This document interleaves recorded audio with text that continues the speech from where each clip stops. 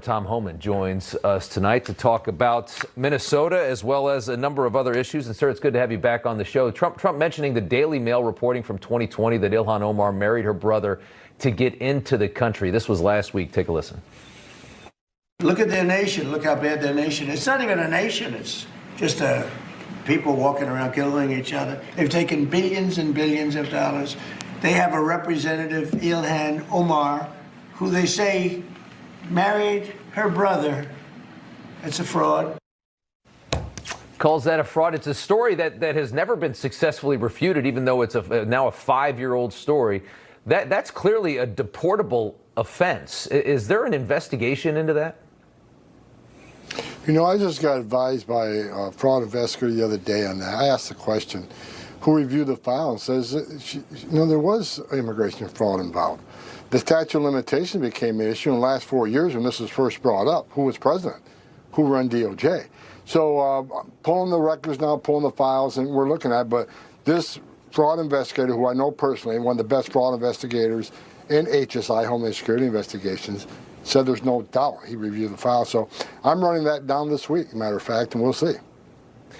It's tremendous that, and according to the Secretary, Kristi Noem of DHS, she said nearly 50% of the visas are fraudulent in this community. That would mean that half the Somali refugees are here in some way illegally. What's going to happen? Is something actually going to happen? Are there going to be people stripped of their visas, deported? Are we going to see that? Absolutely. Those days are over. Thank God President Trump's in the White House. We're going to look at all of them. We're going to look at those here illegally, of course. We're going to look at those here under a visa or some sort of, immigration process that are criminals. We're going to look at the national security threats.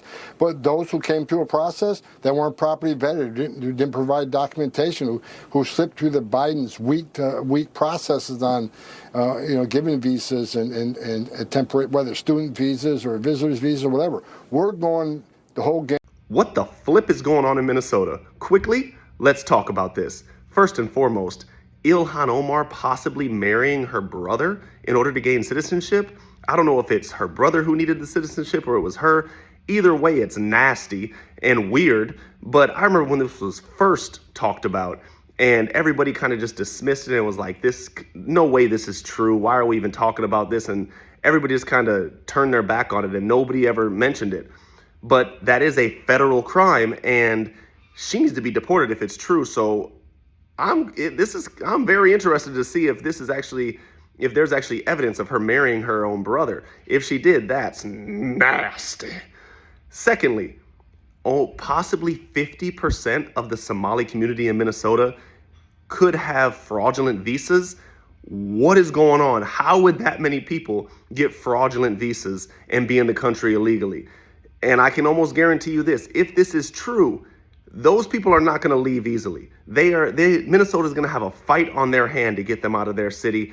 And honestly, if I'm being honest, I don't think Minnesota even wants them out of the country if they are fraudulent, because I guarantee you Waltz or Walls, whatever his last name is, and Ilhan Omar, if it's true, they already know about it.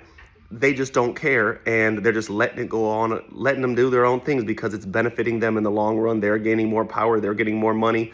They don't care at all. So I can't wait for more information on this to be launched, to be let out as well. Y'all let me know what y'all think down in the comments section. Make sure y'all like, share, and subscribe to the channel. I'll see you on the next one.